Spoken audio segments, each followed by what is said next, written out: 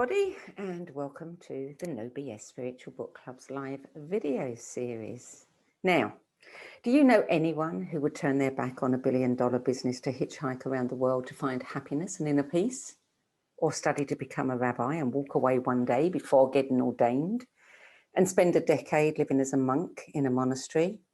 Or help a new age publishing house grow from a small bean to a gigantic beanstalk with branches that span the world, and then walk away again? I've met a lot of people in my life, but there's only one who would do all that I know in pursuit of self-knowledge and wisdom.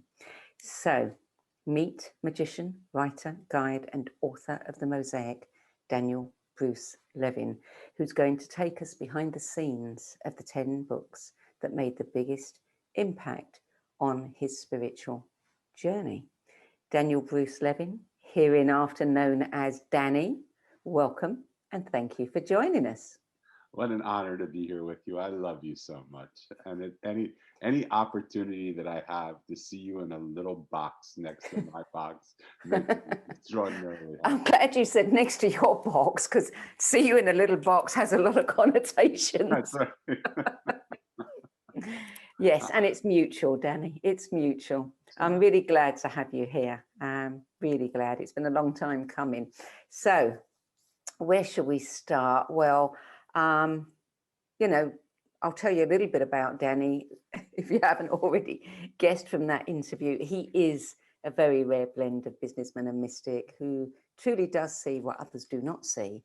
And it's been this one quality more than any other that's thrown him into some of the most exclusive boardrooms to help companies around the world innovate new ways of finding solutions when the old ways stop working, as indeed we all know they've done and they continue to do right now. And having known Danny for a number of years now, I think I can reliably claim that his life-changing fable, The Mosaic, which we're going to hear more about later, is the book that Danny was born to write, and hence is his most defining work to date. So let's get on with it. You say that compiling your 10 best list was a very interesting exercise for you. How so? Well, if you think about a life, and if you think about the 10 books that you would read in the course of a lifetime, that would each one alter you in the moments that you read them, almost like, pardon the narcissist of this analogy, almost like pieces of a mosaic that come together at certain points of time to just give just that right information. Sometimes it was just the title of a book. Sometimes it was the stories contained in, but sometimes it was just the whole feeling.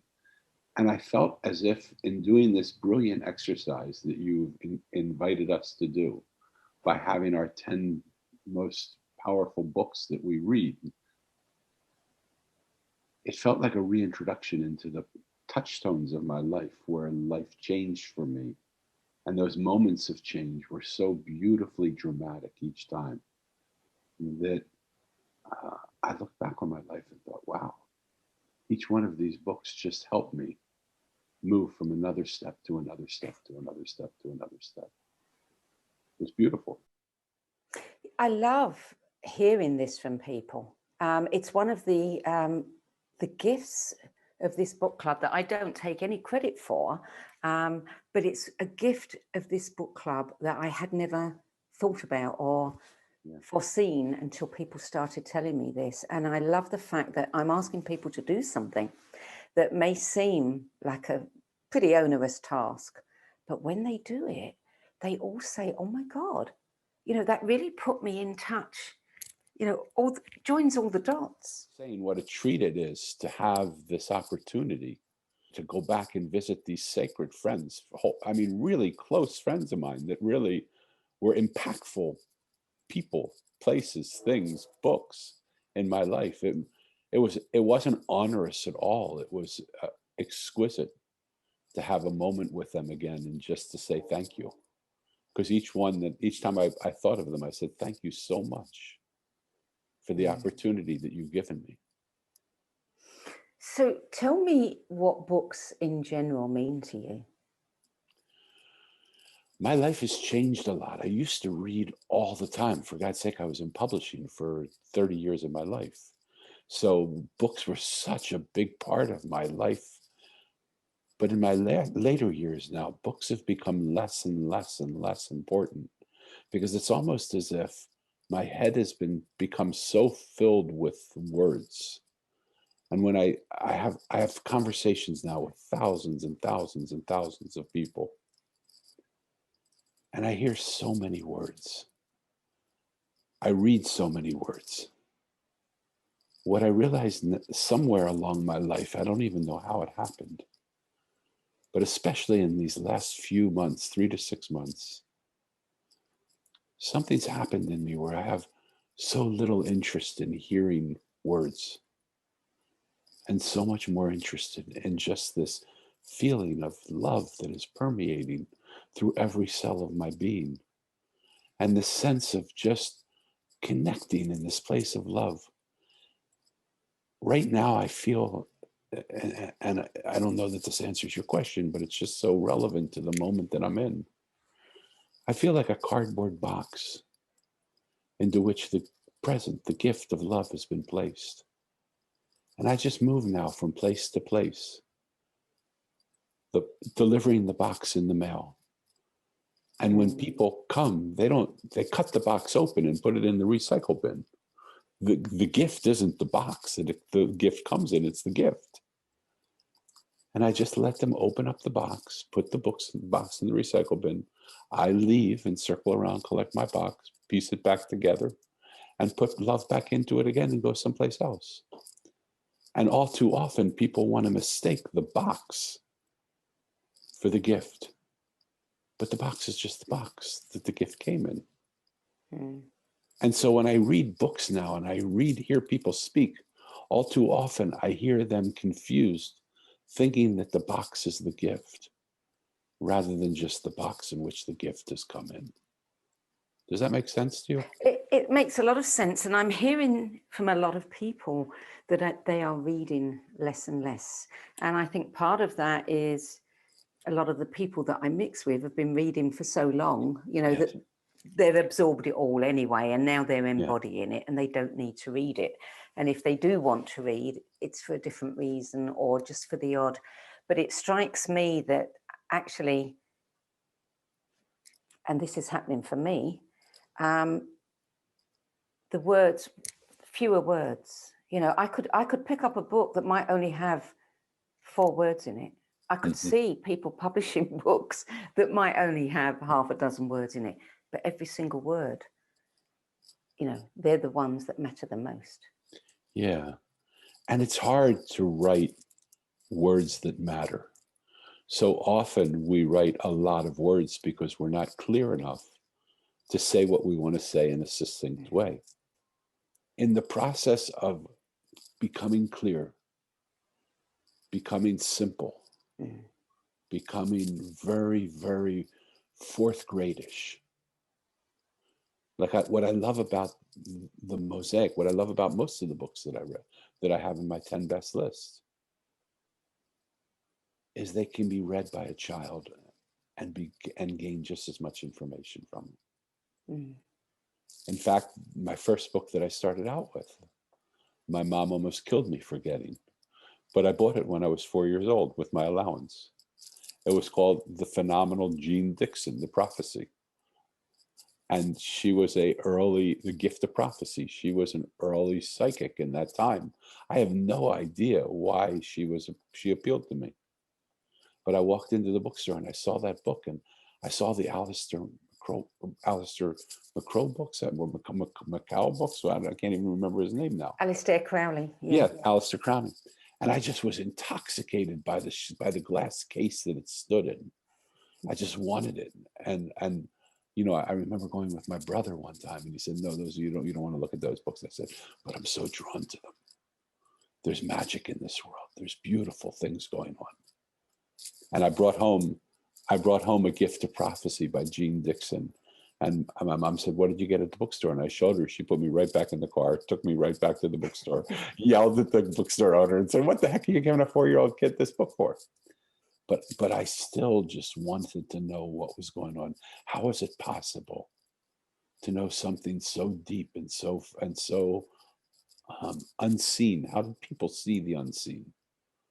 And it always intoxicated me because I always felt like I saw things that other people didn't see. Yeah. So I wanted guideposts along the way. You did say in your introduction to your list that that you were very interested in superheroes and that you were drawn to things that were not of this world. Yes, yes. Mm. And more, what I'm seeing now as I grow older is the superheroes are the beautifully ordinary people. Yeah. That there are no people walking around with capes and masks. Those are the people that we don't want to hang out with. Those are the ones that, and this whole thrust now to be extraordinary superhero people. I find it to be one of the reasons why so many of us feel not good enough, why so many of us feel that we never can measure up, because we hold this unattainable, unsustainable bar amongst ourselves. But when you look at a sunrise, there's nothing in the world that's as beautiful as a sunrise. Mm. And it happens every single morning. We know exactly the time. When you watch day turn into night, what an exquisite moment when dusk settles in and the sun sets and the light of the day becomes the dark of the night. It's exquisite. It happens all the time. Mm. When you look at nature, a mountain doesn't want to be a river, and a monkey doesn't want to be an elephant. They're just happy being what they are. It's only us humans that think we have to be more than we are. Yeah. Yeah. And So that was your first book on your list, the Jean Dixon book. yeah. Yeah. And I sort of tying it all together. I believe the more that we want to be is that we want to dance in the world that was familiar to us when we came in here, that we can't see anymore. That's really the more that we want to be. We want to know, at 4 years old, did I want to buy that Jean Dixon book? Did I buy that Jean Dixon book? Because I sort of sensed there was another world here for me to be a part of, that this world was not of. If that makes sense. Mm. Your book number 2. Wow, that's another very powerful book. And you say that it changed your life. And not necessarily because of the words. And that is Autobiography of a Yogi, which comes up again and again and again. Yeah. So tell us why that book impacted you and it wasn't the words. There was something in the presence of even his picture. There was something about it. And it's really interesting because when it was time for me to read it, it was on my bookshelf and I don't even know how it got there. I don't ever remember buying it. I just sort of was looking at my bookshelf one day and I thought, how did this book get here? And I pulled it down and I started to read it. And on page 7, he was bilocating. He was talking about somebody that was bilocating, having a body one place and a body in another place. And I went, whoa, I want to know the secrets of this. But the overwhelming feeling that I had was this feeling of just complete love, of sitting in this big throbbing heart and being told the story that every word made me fall in love more and more and more. And I'm still so intoxicated by a story that he tells of his teacher's teacher's teacher, a man by the name of Babaji. And Babaji made a pact to stay as an 18-year-old boy for all of time. He made a pact with Christ. Christ would go and would watch over the world from the heavens, and Babaji would watch over the world from the earth. And how do you make a pact to be an 18-year-old boy? Because in 10 years, that's not going to be true if it's not going to be true. But he maintained the body of an 18-year-old boy. And he would walk through the Himalayas and virtually be unseen most of the time. And a man heard about his story and went running to him and obviously couldn't find him. But he sat on the path in the Himalayas thinking that if he walked here once, maybe he'll walk here again. And he sat for 40 years on that path. And while he was sitting, one day, 40 years into sitting, he felt this presence walk by. And he opened his eyes, and the presence was already 100 yards further on. And he yelled out, "Babaji, Babaji, is that you?" And Babaji stopped and turned around. And the man came running up to him after 40 years of sitting. I don't even know how his body worked. Came running up to him and said, "Babaji, if you don't accept me as your disciple, I'm going to jump off this cliff. I've been waiting here for you for 40 years. And Babaji said, "Go ahead." And he ran and jumped off the cliff. Babaji looked at the people he was walking with, and he said, "We have some work to do." He snapped his fingers. Suddenly, they were all at the bottom of the ravine. The man's body was a mess. It was in shrivels all over everything, scattered all over everywhere. And Babaji tapped him on the head. His body came back intact. He woke up and he was there, totally whole. And he said, I just had to see if you were true to your word or not. Welcome, you can walk with me now." Oh. I don't know that I have the ability to run off that cliff, but I sure would like to. Yeah. Mm. And the book's filled of story after story after story of these great teachers that he met along his way. But it's only partly the teachers that he's met. It was who he was, the person that was meeting those people. And I became completely intoxicated by that person. Completely like, is this even possible that we could become somebody like this person? And I spent my life wanting to be not him, but to be me.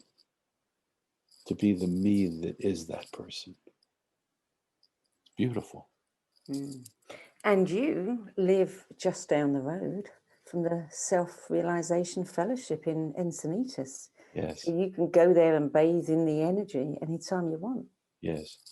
And he walked this whole place. Mm. So you can go I can go and be and visit the rooms where he wrote his book, The Autobiography of a Yogi. Mm. But walking the streets or walking along the beach here, he's here. You feel him. Mm. I remember being in the Holy Land and feeling that Christ walked this land. And I would feel him walking the land 2,000 years later.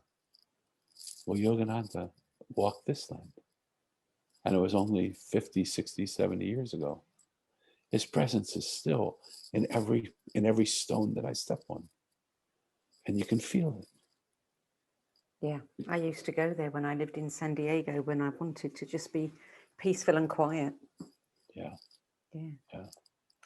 So book number 3, another one that crops up again and again, is Siddhartha by Hermann Hesse.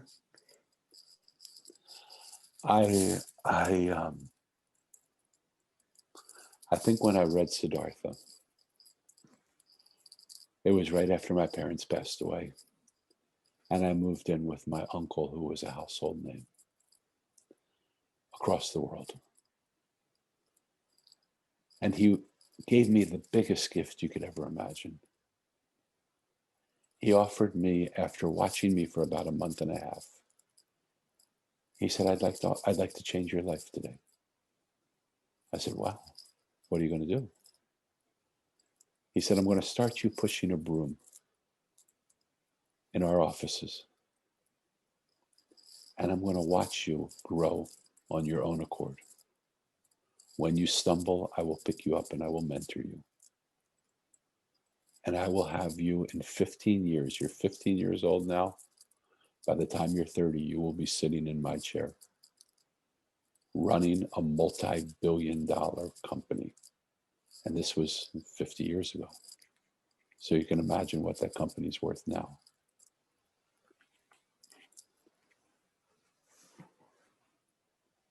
And into my hands fell the book Siddhartha, the son of a king, who had the whole kingdom awaiting him to inherit it. And Siddhartha walked away to study in the practice of Buddhism and the practice of the Buddha. And I was so taken by that. I don't think that I realized then that that story helped me make the decision that I made. But looking back now, how could it not have? I was intoxicated by Hermann Hesse. I read everything that he wrote, but Siddhartha just stayed in me. And I remember feeling as I read that book and as I thought about it, that I wanted to walk through the town like Siddhartha walked through the town. I wanted to feel the things that he felt. I wanted to see this world and the beauty, all the beauty that it was there, and just walk through it, not be in it. And I fell in love with that book. It was one of the few books that I've kept for all of time, that I just felt like this is a life worth living. And it's interesting, it wasn't the life of the Buddha, it was the life of the disciple of the Buddha that I wanted to live, which is really interesting now that I'm thinking about it. So did you walk away immediately, or did you, as a 15-year-old, say, yes, fine, pick up the broom and start it, and then later on disappointed your uncle? No, it took him about a month and a half to figure out that I had what it took to run his company. And he came to me and said, I'd like you to I'm going to give you this opportunity. And I thanked him so much. I said, wow, what a fabulous opportunity. You're wise. You're this brilliant, wise man.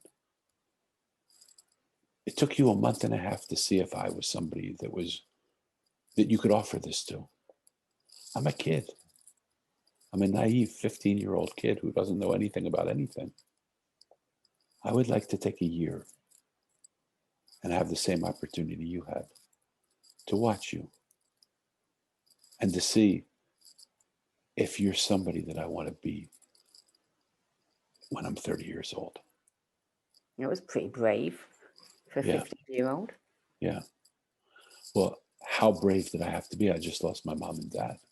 Yeah. I mean, my bravery was at an all-time high because I was looking for this love that they had, this beautiful feeling. And I just wanted to know that the decisions I was making were going to bring me closer to that than further away from that. And I remember sitting down with him at lunch, and he said, do you have an answer to my question? And I said, I do, but it's in the form of 3 questions. And he said, oh, that doesn't seem good. Danny, 99.99999% of the people would have said yes when I asked you a year ago. Now you have 3 questions for me. It doesn't bode well, but what are your questions? And I said to him, do you remember that on your birthday, you had 400 people show up to the house? And I came running up to you and I said to you, you must feel so happy. 400 people have shown up to celebrate your birthday. It must feel magnificent to have that many friends who care about you and love you and want to celebrate your birthday with you like this. I said, do you remember what you said to me? He said, I do. What do you think I said to you? I remember you said to me, none of these people are my friends, Danny. They're here because I have a lot of money. And the only thing they're interested in is how my money can be in their pockets. He said, that's pretty close. I said, can you tell me why you would like to give me that gift? Why would you like to give me the gift of not knowing if the people that I love me for me or love me for what I could do for them? That doesn't seem like a gift that someone who loved me would want to give me. He said, okay, not voting well. What's your second question? I said, I remember sitting around the dinner table with you and the girls were starting to date. And the girls were pretty and the girls were smart and the girls were somewhat educated, but they weren't fabulously beautiful or fabulously smart. And they were starting to get boys. Boys were interested in them. Do you remember what you said to them? You said to them, nobody's going to like you for who you are. They like you because of your last name. He said, that's right. I'd say that to them today. Yeah, they have to be very careful because people are just interested in getting the money and marrying into the money. I said, so say for a minute that I was wise enough to be able to choose friends that I loved and adored, that loved and adored me, and we could get through that hurdle. Why in the world would you want to give that present to my children? That they wouldn't know that someone loved them for them. They would think someone's only marrying them for their last name or wanted to be friends with them for the last name. He said, this does not bode well. What's your third question? I said, I love that you want to start pushing a broom. And along the way of pushing a broom, I'm going to talk with every single person that I interact with. I'm going to listen to every single person along the way. I'm going to learn so much about the company from the people that are involved in keeping the company, from the people that sweep the floors to the people that sell the product, to the people that do the work, to the people that market it, to the people that I'm going to listen to every single one of them. And in listening to every single one of them, I'm sure they're going to give me ideas that could really transform and make this company and the culture of this company an even more magnificent place to be. Would you give me the okay to initiate some of those ideas? Do you remember what you told me? You said, yes, I do. You told me, if it ain't broken, why fix it? How many billion-dollar companies have you created? So what do you think the answer to your question is now? And he said, I think you're making a very big mistake. I said, I think you're probably right. But I can never go into something that is yours without it becoming mine at one point. And it doesn't seem like you want to share what you have with me. You want me to do it the way you want me to do it. And I don't think I'd ever be happy trying to be you. I'd just be a complete failure. Because a monkey can never become an elephant. I don't think I'll be very good. So I think the answer I'm going to say to you is no. And he said, you realize what that means, don't you? And I said, I have an inkling, but I'd like you to tell me. He said, you're going to be excommunicated. I said, I'm sorry that that's the reality of it, but I completely understand. I'm so thankful that you showed me the life that you've shown me for this year that I've been here. How quickly do you need me to leave? He said, well, we made an agreement. We're paying for your college. So you have a few months left here till you go to college. But once you go to college, you don't come back. I said, that's very kind of you. Thank you so much. To their credit, they couldn't excommunicate me in the way they tried to. They just kept trying to help me out along the way. They wanted to help me. I was either too stubborn to get it, or just I saw the hook at the end of the rope saying it will help you if, and I didn't want to be helped if, so I just had to walk away. I don't know many people that would have had the courage to do that. I don't. Yeah. And Siddhartha inspired you. Siddhartha was me. I literally wore the cloak of Siddhartha, not of the Buddha, but of the one who walked away from the kingdom to have the opportunity to take the search that was his search to take. So hence you're studying to be a rabbi, you're spending 10 years living as a monk. Yes. Yeah, what I realized in writing the Mosaic, which was the final book on my list, is that when I asked the adults where my parents were, they told me they were in this place called heaven. So all my life, I've been searching for that place that would take me to that place called heaven. And it was only in writing that book that I realized what my heaven really was, which we can get to later. Yeah, let's get to that later. So, book number 4 fits in very nicely here. Be Here Now, Ram Dass. When I saw that book and I saw the movement that was building in the 60s and 70s, late 60s and 70s, I was just so intoxicated. Because I thought, what was the allure of my uncle's company that I was giving me? It was a lure of, this is what you will have in 15 years. Look at all you will be able to have then. But this whole concept of be here now, be here in this moment. What will this moment give you? And the LSD version of a beautifully Jewish man who had gone to Harvard and studied and was a well-known psychology professor. And the experience of seeing the world like totally transformed through his experimentation with psychedelics brought me into psychedelics.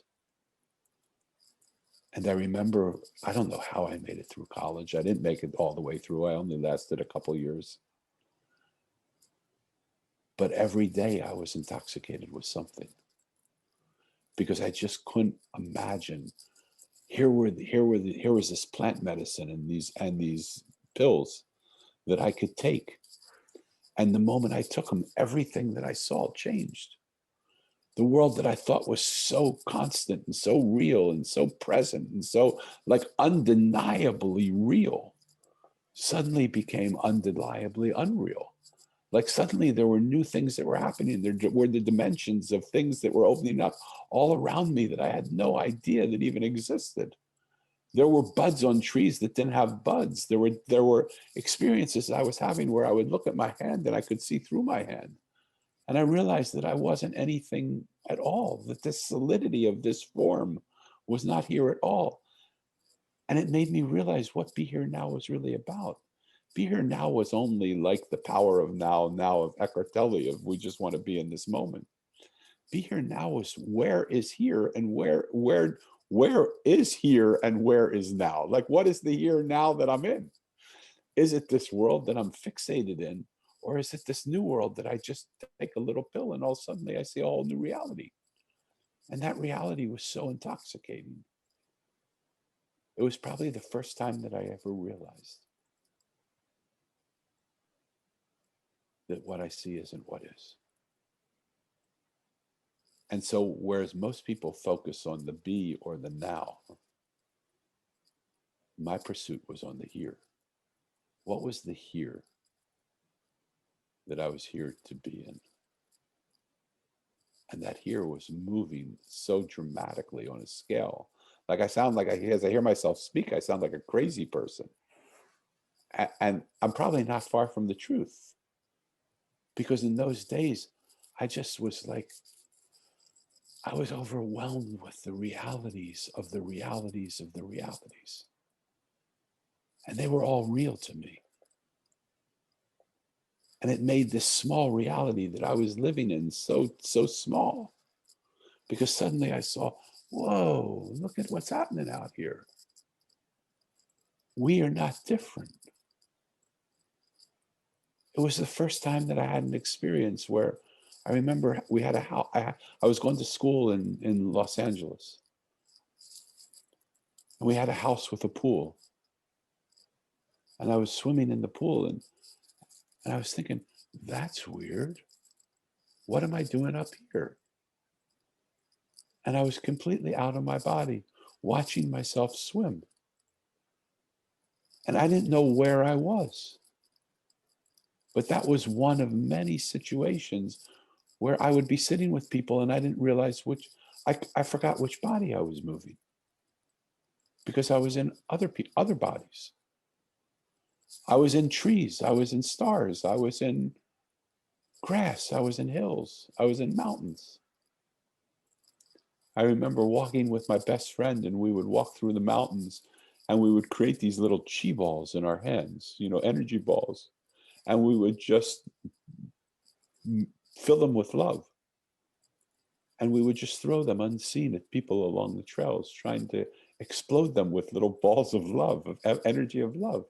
And we would just laugh and laugh and laugh and laugh. And it was an experience with LSD that made me leave the seminary.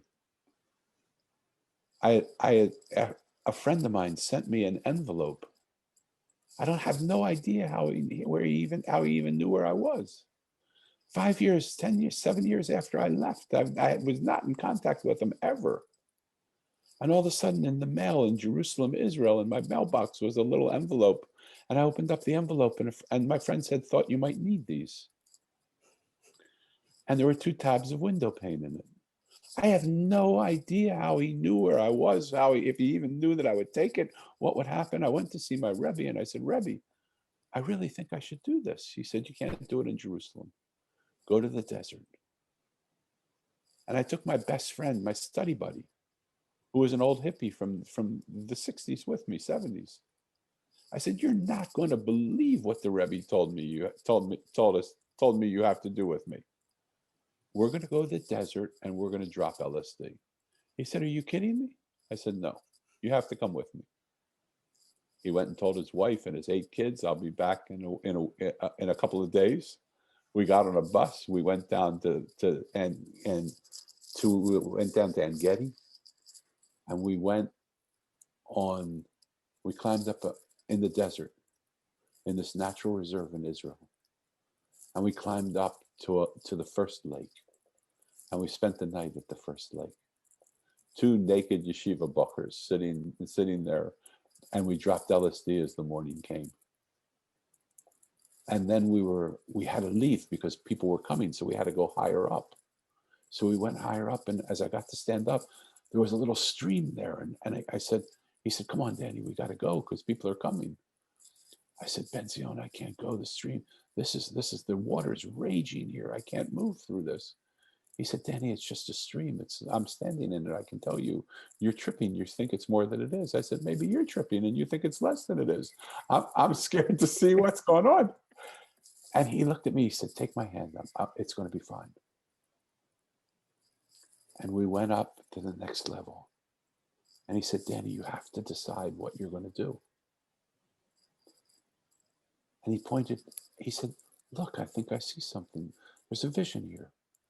And there were mountain peaks all around us. And he said, look to the left. And on that mountain peak, do you see what I see? I said, oh my God, there's Abraham, Isaac, and Jacob. I see them as much as I see you sitting here in front of me right now. And he said, I think your decision has been made for you. And I said, how could it be any clearer? Of course it has. I'm going to go back. I'm going to stay in the seminary. I'm going to graduate. I'm going to get my ordination. I'm going to become a rabbi. And as we were turning to leave, I looked to that mountain peaks on the right and I said, oh my God. I said, Benzion, do you see what I see over there? He said, holy Toledo. There's Jesus and Buddha and Krishna. I said, now I saw them because I believe in them. You don't. You believe in Abraham, Isaac, and Jacob. How is it possible you're seeing them? He said, Danny, they're standing right there. What do you mean, how's it possible? So I said, now what the heck do I do? He said, it seems like any choice you make is blessed. You just have to make the choice. And I dove into the water. And I felt like I was in the womb. And I came out of the water and I realized I have to leave. I had to leave the seminary because my mission was much bigger than just the orthodoxy of Judaism. But again, LSD, Be Here Now, was so intricately involved because where was the here that I was? You're a born storyteller, Danny. A boring storyteller or a born storyteller? No, not boring. Born. I mean, at 15, having that ability to structure those questions to your uncle the way that you did, I mean, It was there all along. Yeah. All along. So let's move on to book 5. Okay. The Tao Te Ching, the Book of the Way, Lao Tzu, published around 6th century BC. It's a bit older than the ones that we usually deal with. What did that book do for you? It made me realize this world is completely fine without me. That this world goes on its own. That everything in the world will be fine if we just let it be. And we saw the hint of that in COVID, didn't we? That when COVID came and we were all isolated, suddenly the Ganges, the most polluted river in the world, became 50% less polluted in 2 weeks' time because nobody was going to it. So we weren't dumping waste into it. We weren't doing anything. Someone said to me, we have to save the earth. I said, no, we don't. The earth will be just fine on its own. We have to save our place on the earth. We might no longer merit the good grace to be here on earth, but the earth will be fine. The earth will take care of itself. And the Tao Te Ching showed me that the way that can be told is not the way. That there is a way that is so simple and beautiful. There is a way that,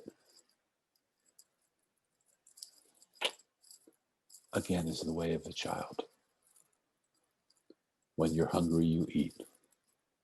When you're tired, you sleep. When you work, you work.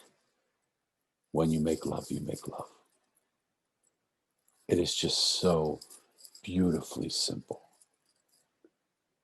But we are always preoccupied with what am I doing? How do I do? Where do I go? What do I do? Am I good enough? Can I do it? Nothing thinks like that. And the combination of the Tao Te Ching with Be Here Now, the Tao Te Ching helped me understand better what the here of Be Here Now was. It was a simple place to be. It was just so sacredly simple. And that's the theme that runs throughout your life and throughout your choice in books. It's throughout everything that you do. Pare it down to the simplest. Yeah. Yeah. Well, the next book, number 6, again, for you, you said, I love this book's title, a beautiful work on the simplicity of the Zen practice, summed up by the 4 words in its title, Zen mind, beginner's mind. Oh, God. Yeah. I didn't even have to read the book. I bought the book just so I could have the cover of it look at me and talk to me. And I did read the book and I loved it. I loved the exploration of it, but I didn't even have to. I love this idea that the beginner's mind was that mind that could do for the 1000th time the same thing over and over and over and over again, but never did it the same way. Did it always as a beginner, never realized it had ever done it before. We live such boring lives. We do the same thing. We eat in the same places. We make the same choices. We go to the same work. We do the same thing. But we have the possibility to do that same exact life in an intoxicatingly beautiful way by walking into it as if we've never done any of it before. And what would it look like if we had the curiosity and the fantasy and this exquisiteness of a little child discovering this for the first time and looking at it and going, oh my goodness, look what I get to do. Look at this beautiful thing that's right in front of me. Sometimes I think people with Alzheimer's are really blessed. And I know I'm making a big statement because I know there's no blessing in that. There's a lot of pain in there. But that ability to forget who we are and suddenly see ourselves anew. Suddenly see ourselves for the very first time, doing this thing for the very first time. That alone would have moved me to want to practice Zen. that there could be such a mind that would be called the Zen mind, that would be the beginner's mind, that would make every single action, every single interaction, every single story new. Sometimes when I'm talking to people, I'll say, tell me what you're doing. And I'll hear them tell me the script of what they do. And I know they've said it 1,000 times. And I'll say, okay, that's nice. Slide that to the right for a minute. Make pretend you can't say that anymore. Tell me what you would say in a way that you've never said it before. And that very practice, that very question is a question of innovation that makes them change the way they see their life, which is fascinating. Yeah, you're right. You know, this was brought home to me one weekend when I had my grandson who was 6 months old, and his parents were away for the weekend. And I'd get him up in the morning and I'd go to the window and he would look at the trees and he would look at them with such wonder. And it was absolute awe and fascination. And he would look at them exactly the same way the next day. And the next, as if he was seeing them for the first time. Yeah. And, you know, it occurred to me much later in life that the first time we do anything is the most powerful time. Because after that, done it, you know, it fades into something. We lose that ability to go back and do it again and again with the same awe. I have the beautiful privilege of having a developmentally delayed daughter. And her span of what she can say that people understand is very small. So she just says the same thing over and over again. But the excitement in which she says it for the 1,000th time in the hour that she's talking is as if she'd never said it before. Yeah. And I just marvel with her because we all tell the same stories over and over again. We might have a little more breath in them. We might have a little more time between the span. But she found a way to communicate her excitement for her world by saying the few words that people can understand with a new expression as if she never said them before. And I love it. Great lesson there. Great lesson. So book number 7 is The Teachings of Don Juan, A Yaqui Way of Knowledge, Carlos Castaneda. That's another book that comes up from time to time. Certainly made a big impact on me. Yeah.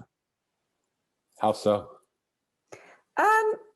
It just opened me to things that I hadn't thought about before. Yeah.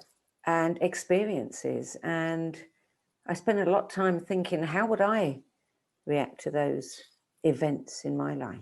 Yeah.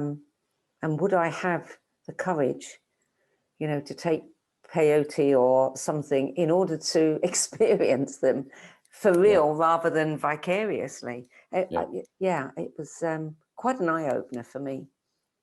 Well, there was a peyote segment of my life where I just enjoyed taking these beautiful mushrooms and having the experience of this peyote come through my system. I think part of my journey around the world, hitchhiking around the world, was an inner quest to hope that somewhere along the line, I would meet my Don Juan. I would meet my teacher, who would be an old, simple man who wouldn't look much like anything, but would completely transform the way I saw the world. I don't think I ever met that character, not yet, but I still have my eye out for him. But I just love that there was this awkward little man, completely unassuming, that had the power and the mystery of the universe within the medicine that he gave. And that people would come and sit with him and would go through outrageous experience. Sometimes, I mean, I think the ayahuasca community now is very close to the Don Juan community that I was in search for.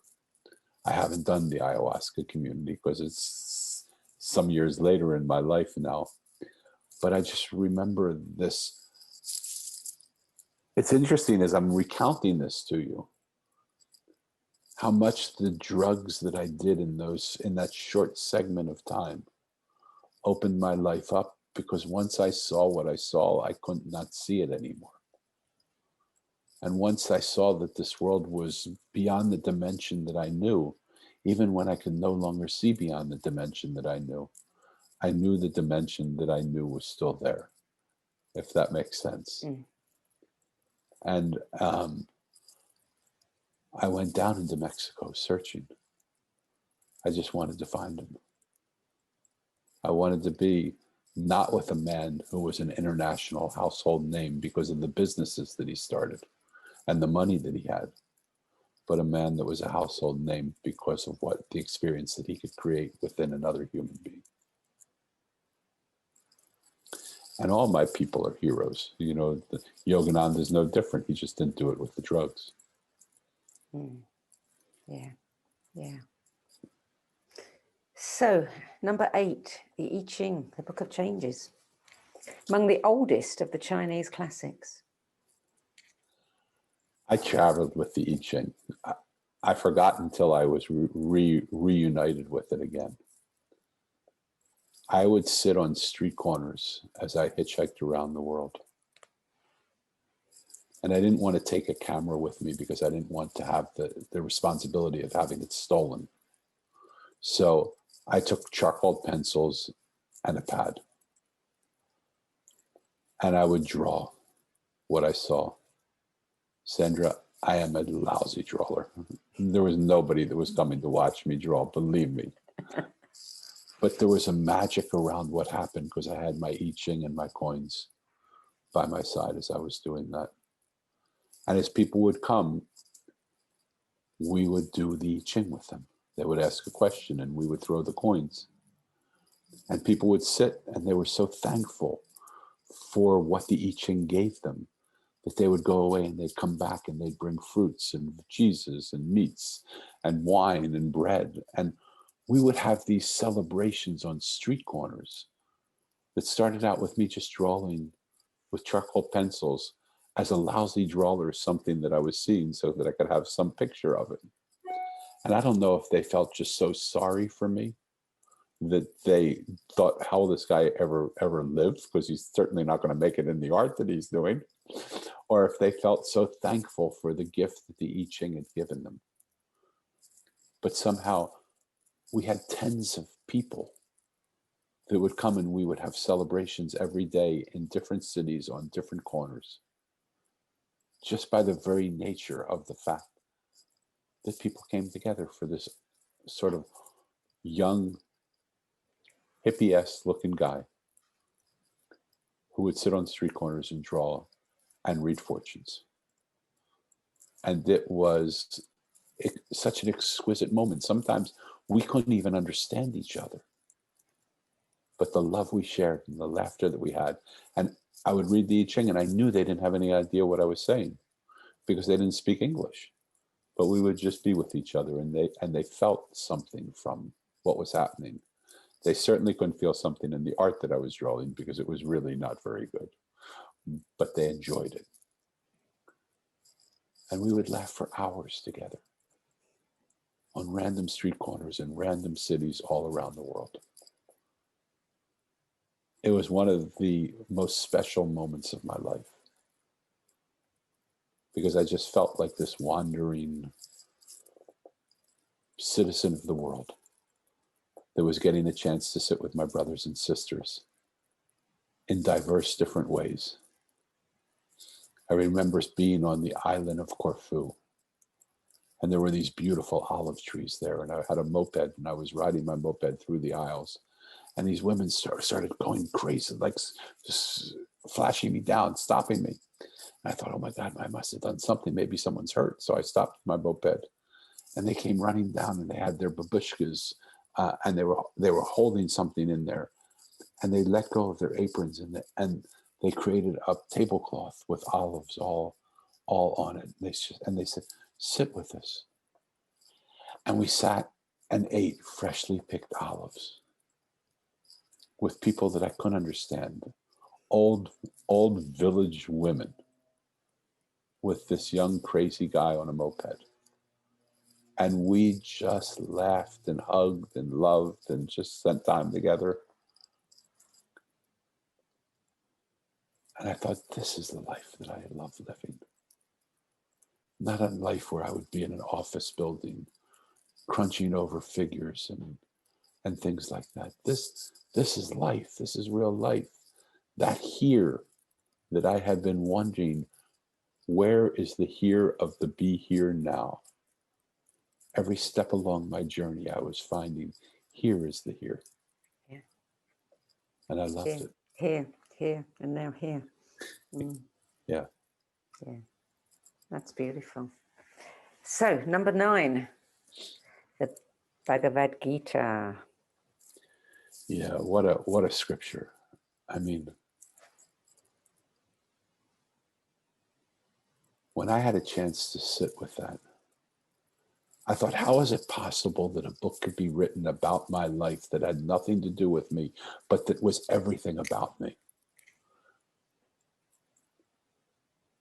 The battlefield.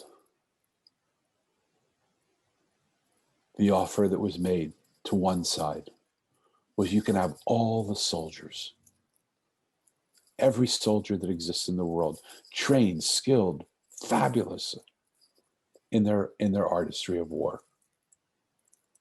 Or you can have one sole figure. One side clearly picked the soldier because that's what they related to. And the other side picked the one figure. The one figure just happened to be Krishna, who was the incarnation of God. Mm-hmm. And when I realized that all the soldiers of the world on the battlefield of life couldn't overcome one lowly, highly creature, I questioned myself, do I have the courage to make that choice? Because so often I would have picked all the soldiers. I would have thought, I want to win this battle, so I'm going to pick the soldiers. Like, we'll get back to God afterwards. Like, let's win these wars. But you can't win a war that God's not a part of. And when I realized that a whole book was written around the life story of a man who was offered, a boy who was offered $1 billion company, of a boy who was told he could be the prodigy for organizational psychology, a boy who was told that he could start and become a leading force in spreading Judaism around the world, a boy that had met all these people of the world that celebrated with him and had festivals and feasts with him along the streets and villages and mountains and hills of the country. But when that boy was only looking for one thing, the one with the big G on their sweatshirt. And when I made the choice to find the one with the big G on his sweatshirt, I realized that was the choice that would win every battle. That was the choice that I was looking for. And if I can tie it into our last book, because I know I'm overstaying my welcome a little bit. Let me just say one thing here about this next book. Last week we had Robert Moss on, and he said that, and I don't know whether this is something that he came up with or someone else or somebody told him, that the most important book he would ever read was his own journal. Yes. Yeah. The most important book that you've produced, and I know you've produced many, but you've actually written a few yourself. The Mosaic is your journal. It is your story. It is everybody's story. It's our story. It's that quest that we're all on. Yeah. Yeah. So tell us why you included your own book in your list. And it's okay that you did. Thank you. Why I included it then is even different than why I would include it now. That book is alive. And what it has given to me through the course of being involved and listening to the characters in it has really transformed me. In the process of writing that book, I wrote it. I thought hard. I wrote the characters. I wrote the stories. I wrote it the way I wanted to write it. I wrote it. I got help from people to write it. People helped me to flesh it out. People helped me to do it. And suddenly it was all just taken from me. Files that I saved were gone. Files that I know how to save a file. I would spend hours and days and weeks writing a chapter that I thought would only take me 8 weeks to write, because I'd written a book for a hotel that took 6 weeks telling their story. And I thought I surely can tell my story in less time, but I'm going to give myself an extra 2 weeks. 2.5 years later, I was still trying to write this book. Everything had been taken from me.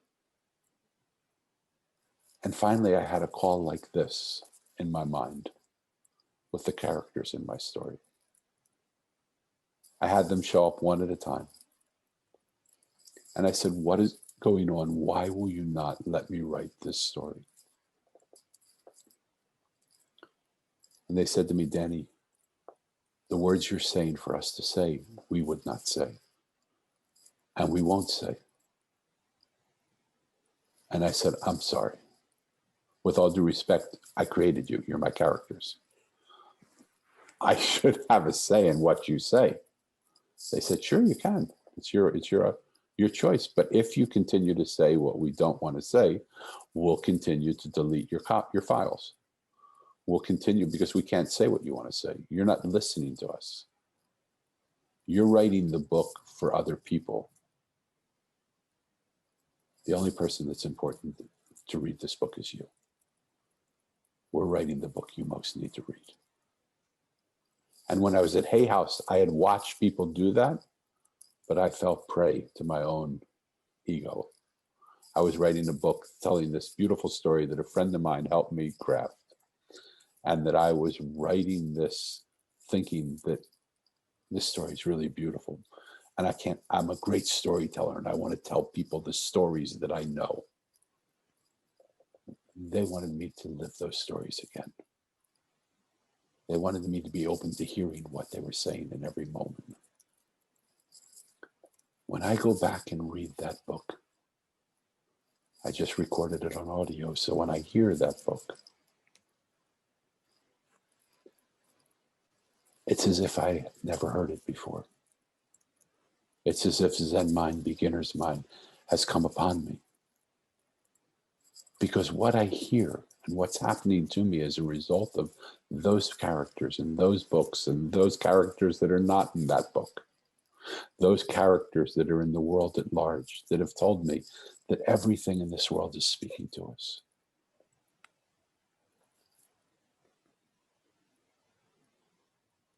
Why it was important to me then, when I included it in this list, was because I knew it would change my life. Why it's important to me now is that change is starting to happen. Somewhere along the line, I can't remember when, I don't know how, I don't know who it was. I bumped into a stranger who gave me a present. I can't tell you what the present was. I can't tell you what happened. I can't even tell you that I opened it. But somewhere within my life, especially in the last 6 months, last 4 months, even more specifically, I was moving a box and the present fell out of the box. And I thought, this is interesting. What's this? And that present was the present of love. A love that was so magnificent. A love that was so powerful that nothing else mattered. It was the question. Love was the question. Love was the answer. Love was the medicine. Love was the problem. Everything was love. And I heard all this noise of people talking. I'm a talker. Listen how much I'm talking.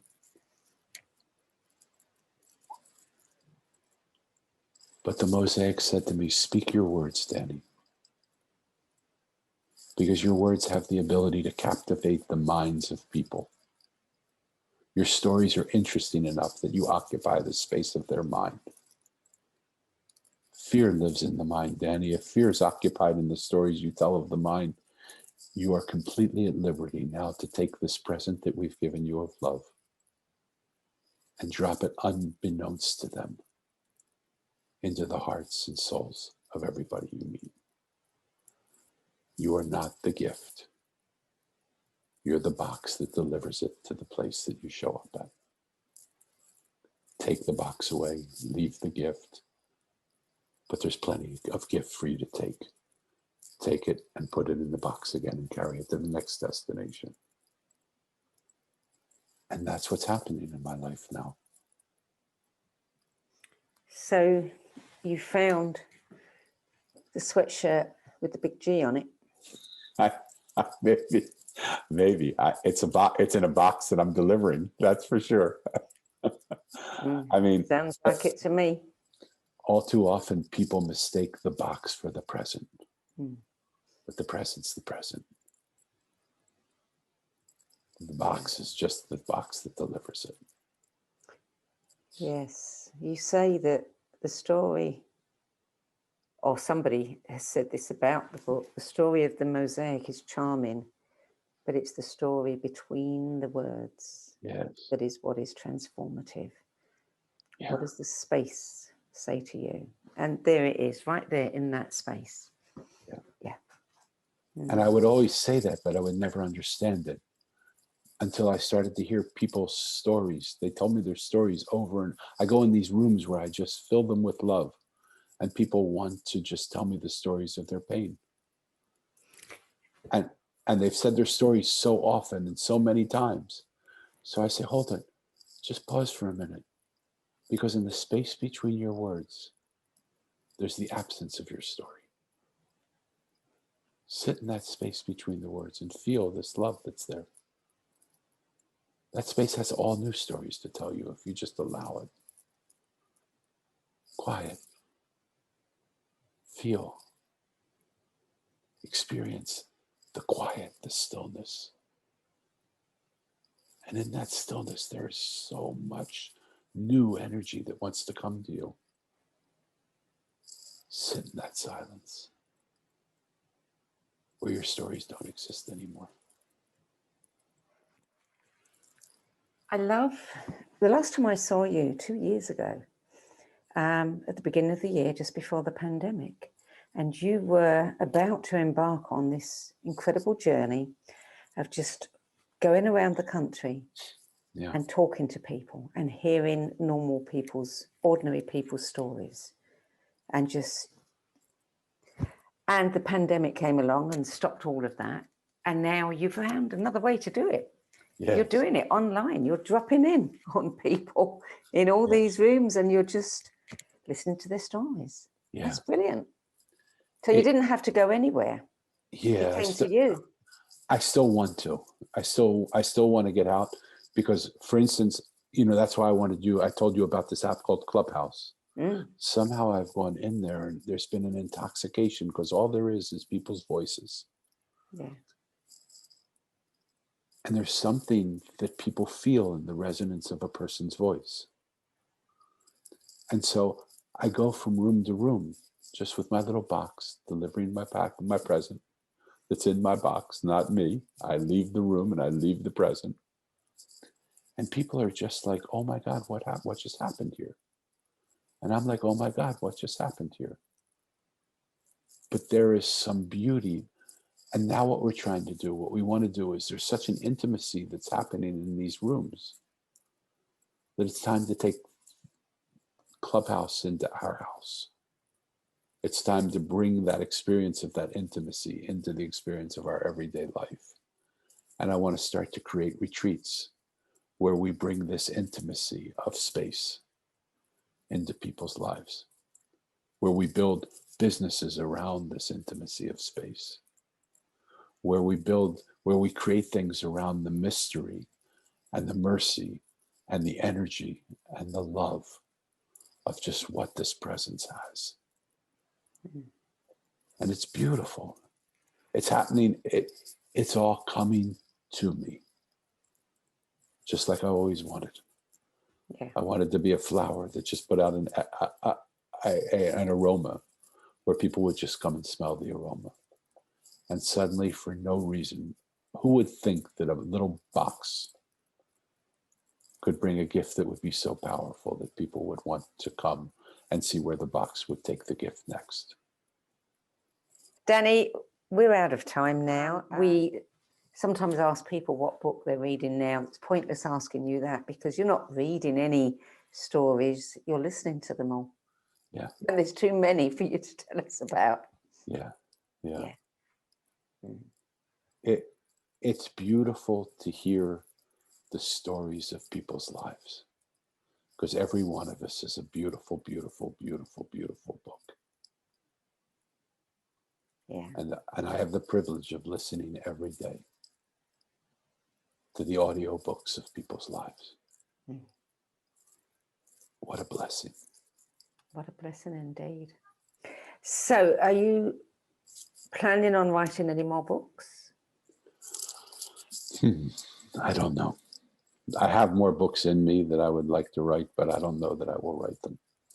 This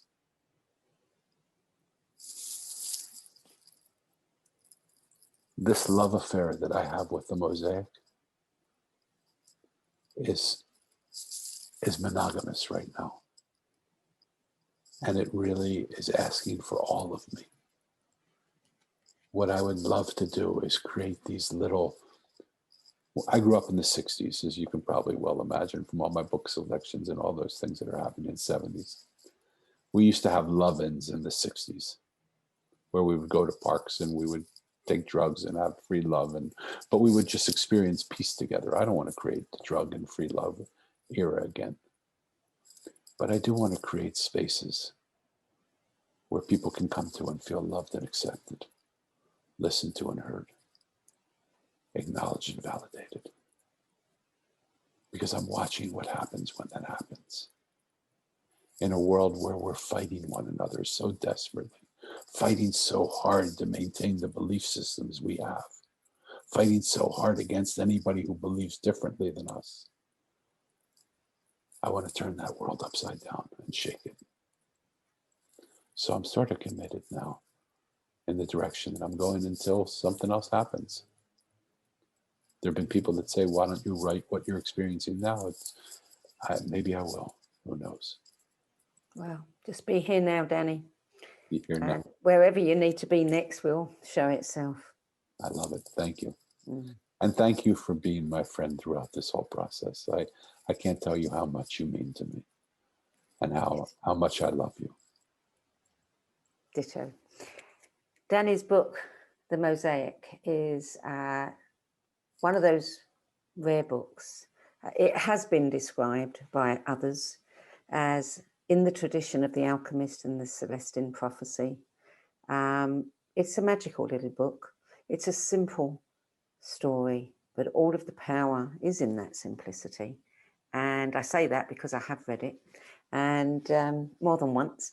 And I would encourage you to go and check it out. And you can find out more about Danny at his website, danielbrucelevin.com. Danny, thank you for joining us today. What an honor. Thank you so much for having me. I feel blessed every time I see you. So thank you again for the blessing of being with you. And everybody at home, thank you for joining us too. Don't forget, you can hang out at the No BS Spiritual Book Club closed Facebook group. And this video will be posted on the website in about a week's time. So thank you everyone for joining us. Blessings. Thank you. Big love. Big love. Yeah. Bye-bye.